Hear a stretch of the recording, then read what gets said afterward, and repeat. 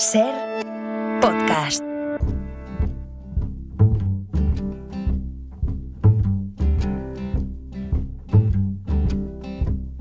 In the water, fire, I'll go wherever you go.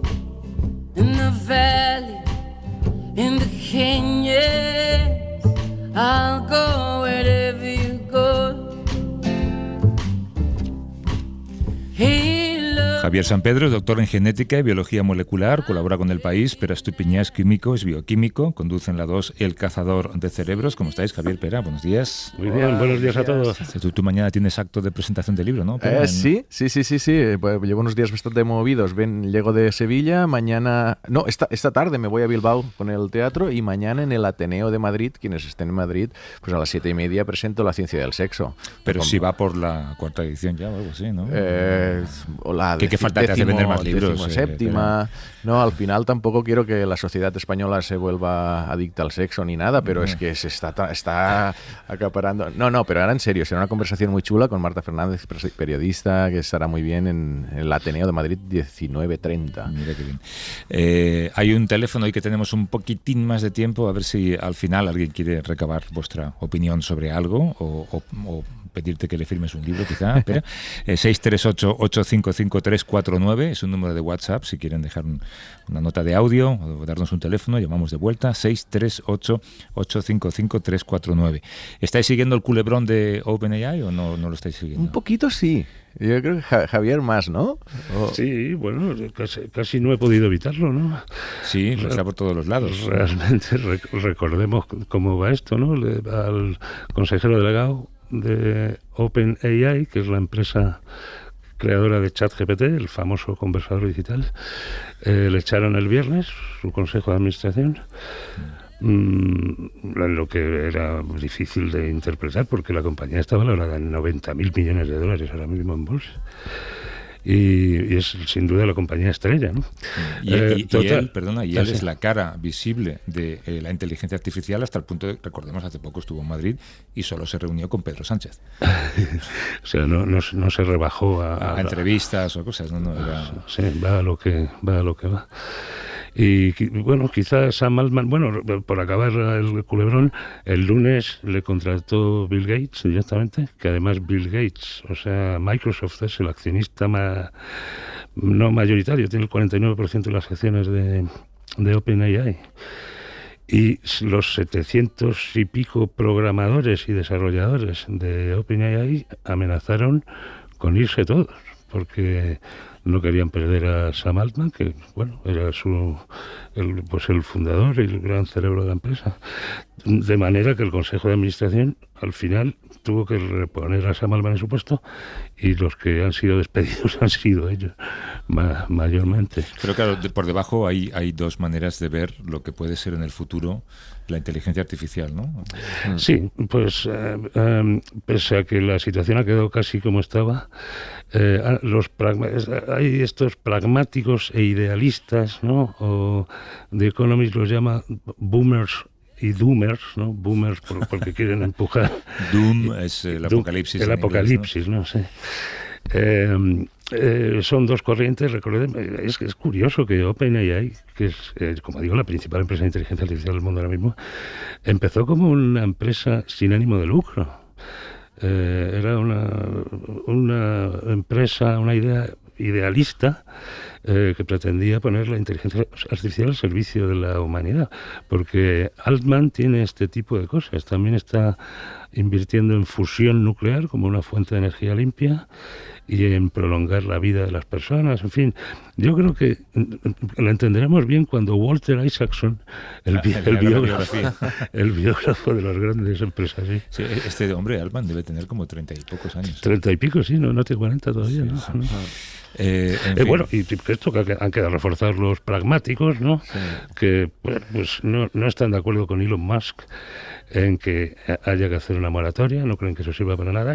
Los pragmáticos son los que no creen que la inteligencia artificial vaya a despedirlos a ellos mismos, o sea, que vayan a dominar el mundo. No, pero yo creo que, es que es el tema, es verdad que tiene esta doble cara, pero yo particularmente me siento más preocupado por lo que creo que es la obligación que tenemos de estar más preocupados por lo que pueda pasar de negativo que ilusionados por lo que pueda... Y al final será más positivo que negativo el resultado de la inteligencia artificial, pero lo que nos debe preocupar es las desigualdades que puede ser, los temas bélicos, o sea, es una herramienta tan poderosa que es normal sentirse preocupado. No podemos ser... Alguien decía el otro día en una editorial del New York Times, creo que es la inteligencia artificial es un poco como el capitalismo. El capitalismo hace lo que sea necesario con tal de engrandecerse, ¿no? Y eso incluye aumentar la desigualdad, despreciar a quien menos tienes.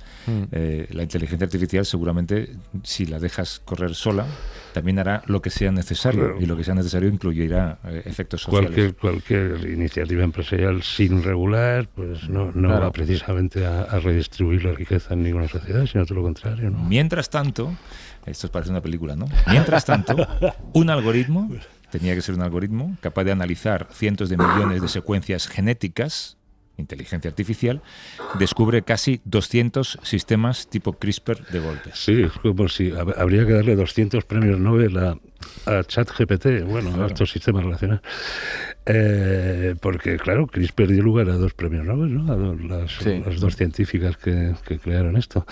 CRISPR, aunque lo usamos para modificar, ¿no?, los genomas de las especies, originalmente es un sistema inmunológico de las bacterias para protegerse contra los virus.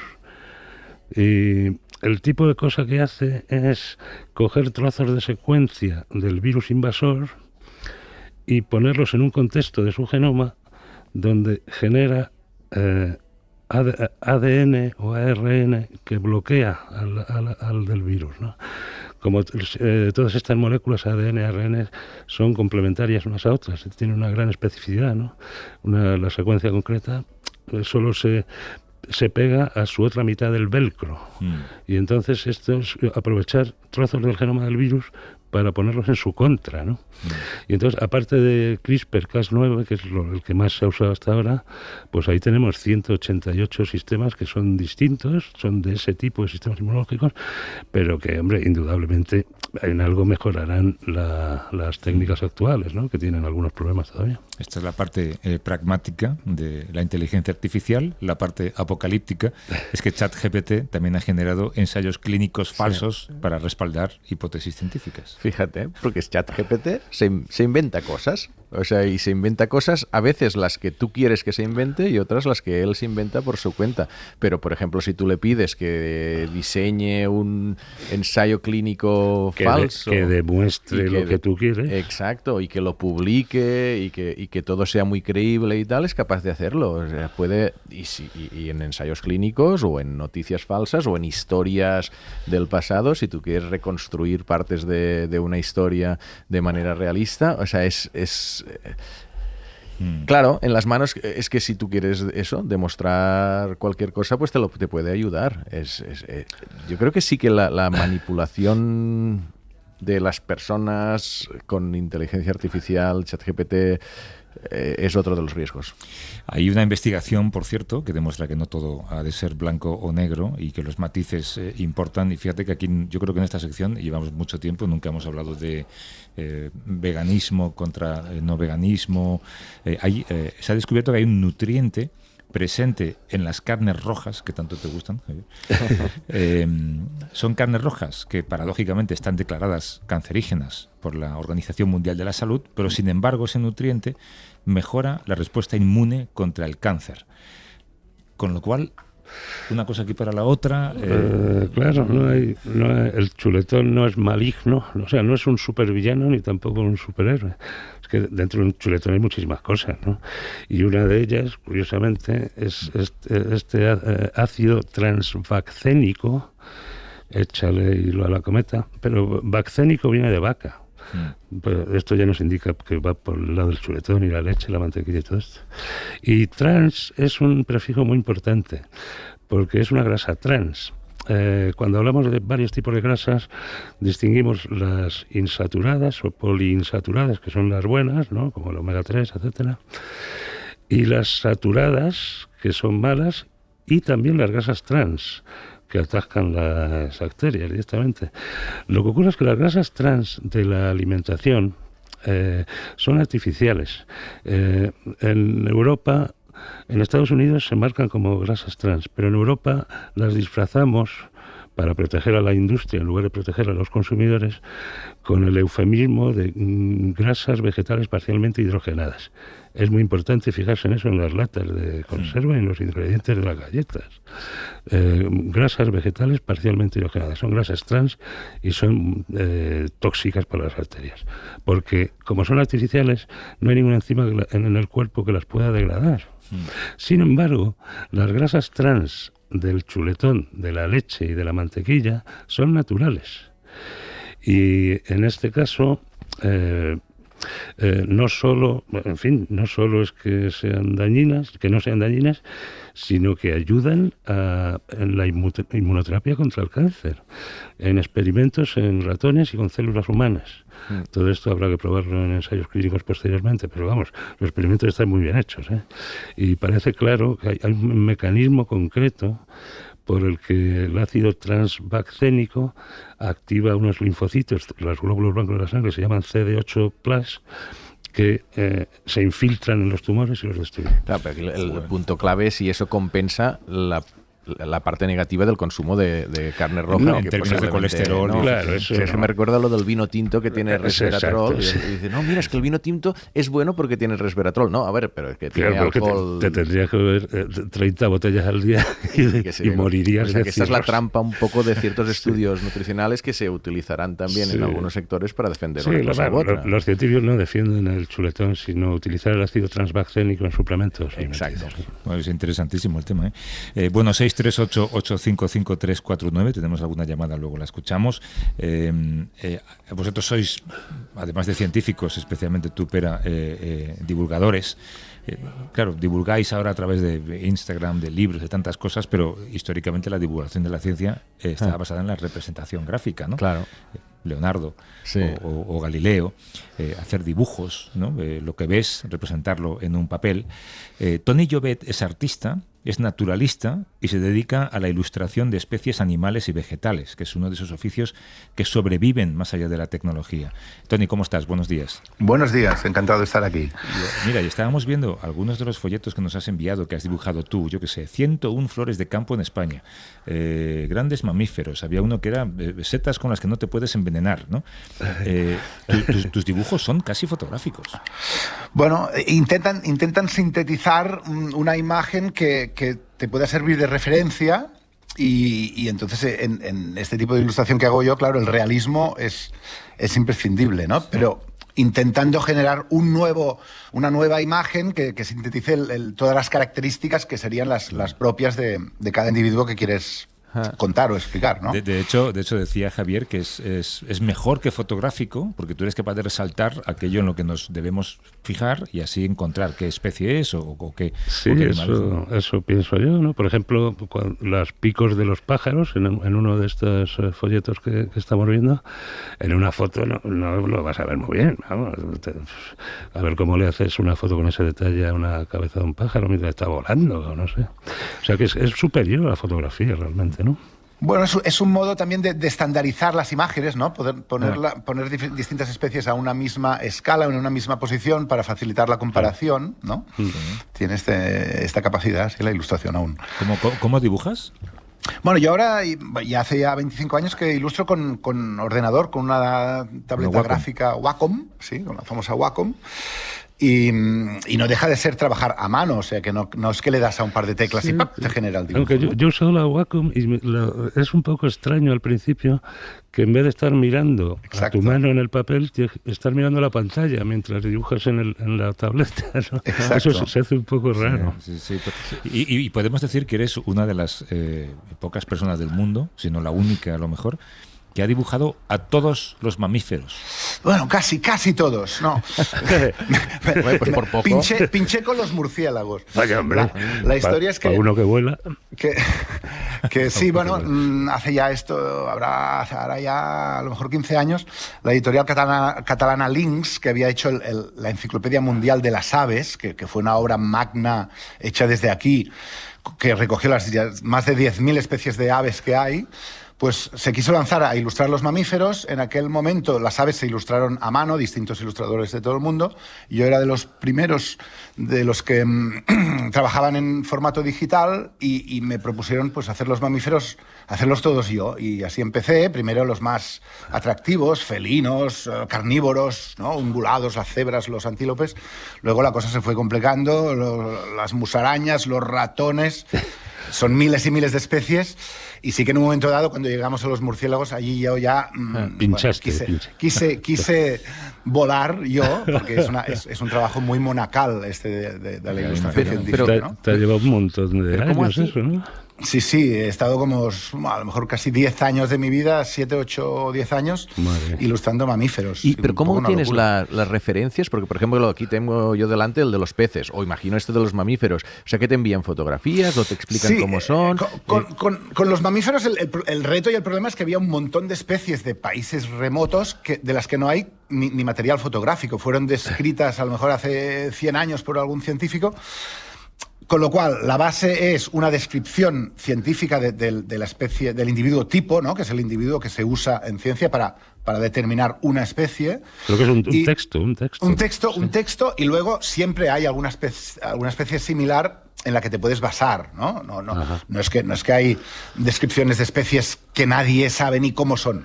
Son matices respecto a otros ejemplares otras especies que ya se conocen. Y de estas, pues en base a fotografías y vídeo, generas un ejemplar tipo que responda a la descripción. Pero en muchos casos también fue en base a fotografías en museos de historia natural, donde tienen a menudo muchas más de las especies que aparecen expuestas al público, y allí pues fotografiando un montón de especies tenía el material también de base de referencia. Esto y muchísimas fotografías y vídeos de campo, ¿no? Claro, te das cuenta de que tú tienes tus dibujos están en algunas de las guías de campo con las que la gente sale a pasear o a buscar setas. O sea, pues puedes ser responsable de...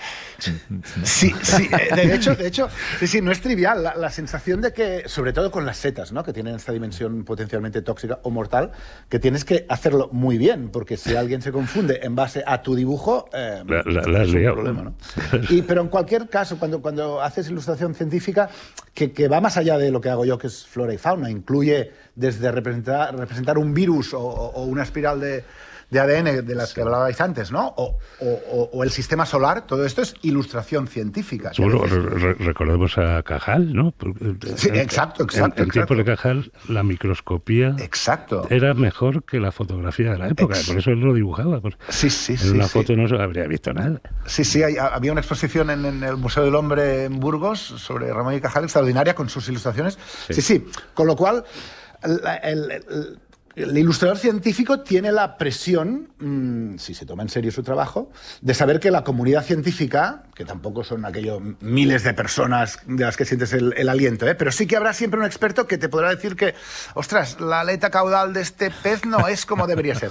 Con lo cual estás siempre bajo la presión de intentar ser muy preciso y saber que siempre habrá el que te pueda... Toca narices, ¿no? Dilo, tonto. Sí, poner los puntos sobre las íes. Pero ya es parte del trabajo, ¿no? ¿Cómo acabaste especializado en este rango tan particular de la ilustración? Bueno, yo me declaro...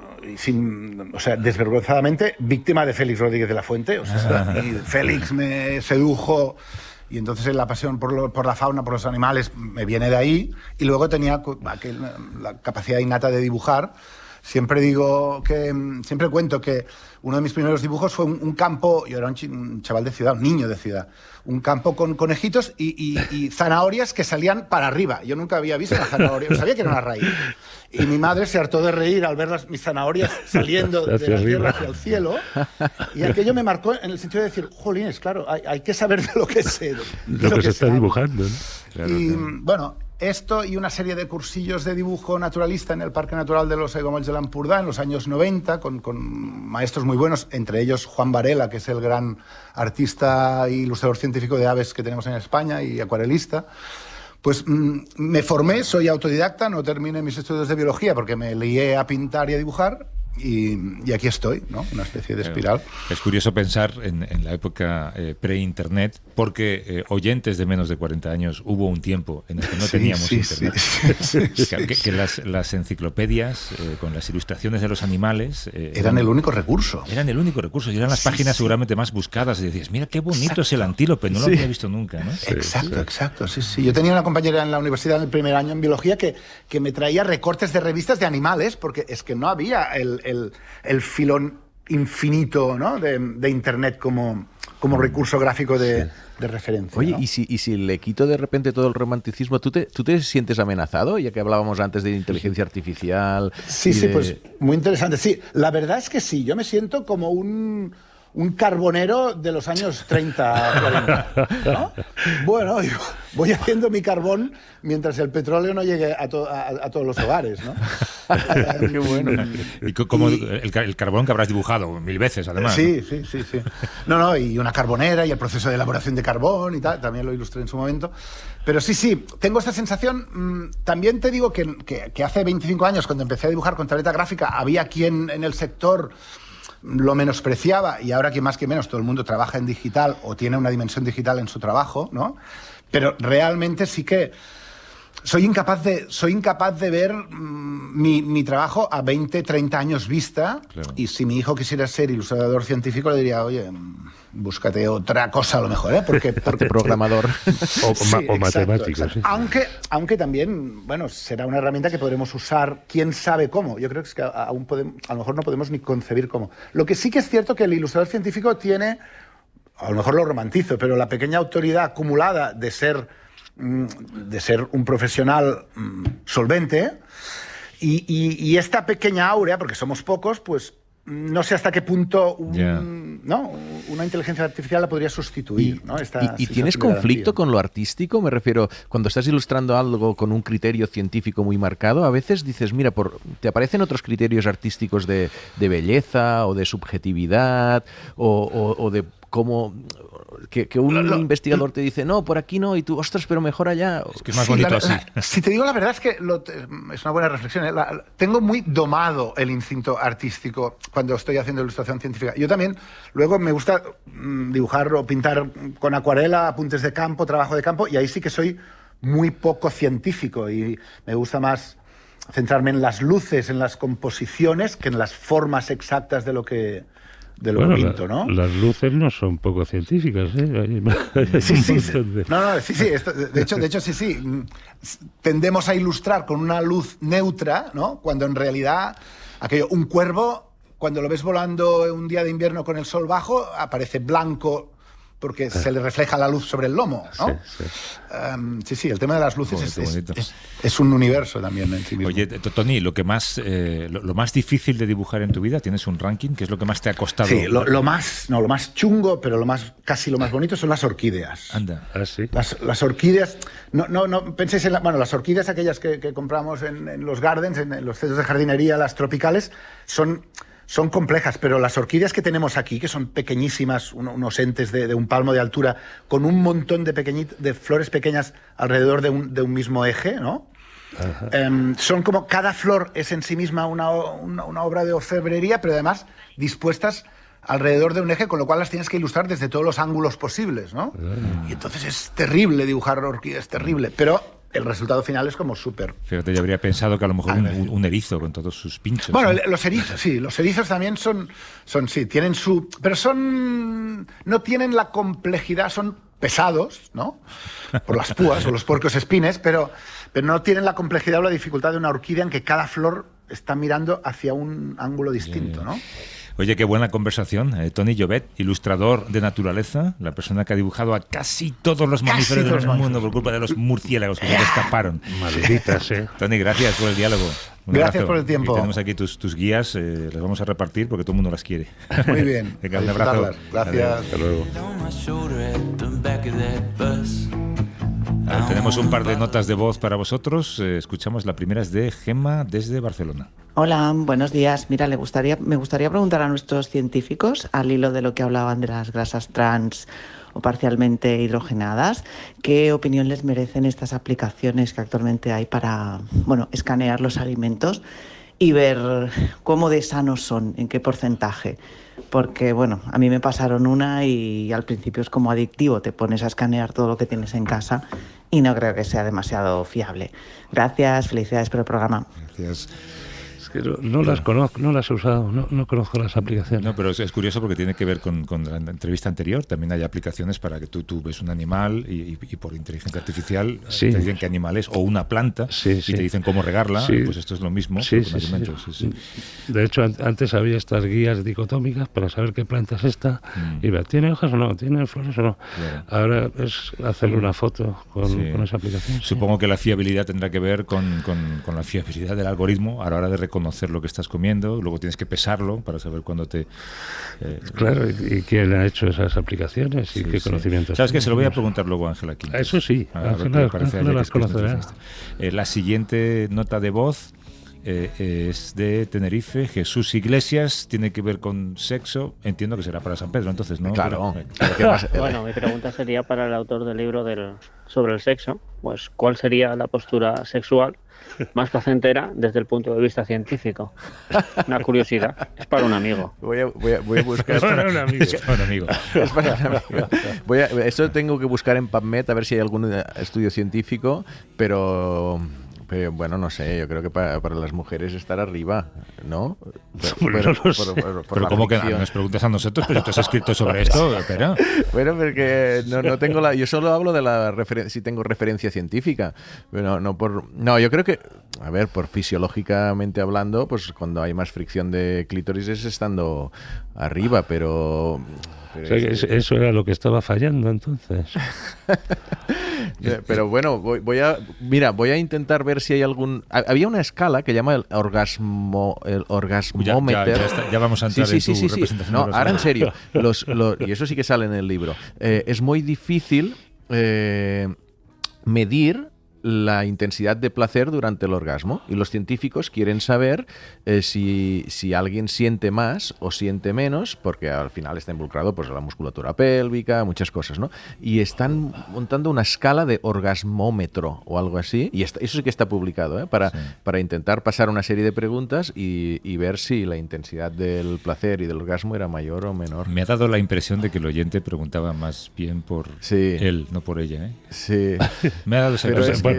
Que haga un experimento él mismo. Ya. ¿Vale? ¿Cuándo se inventará el orgasmatrón de Woody Allen? El orgasmatrón. ¿Os acordáis de la película esa? Sí. El dormilón, ¿no era? El dormilón, que entras a una cabina telefónica, tienes un orgasmo, te sales y fuera. Bueno, también hay bueno, más o menos. La parte de aerobotics, que eso en el libro también lo hablo, de toda la inteligencia artificial, de robótica, que cómo va a evolucionar, y hay experimentos. Todo esto mañana en el Ateneo a las 7:30. Eso. Espera Estupiñán, Javier San Pedro, gracias. Hasta luego.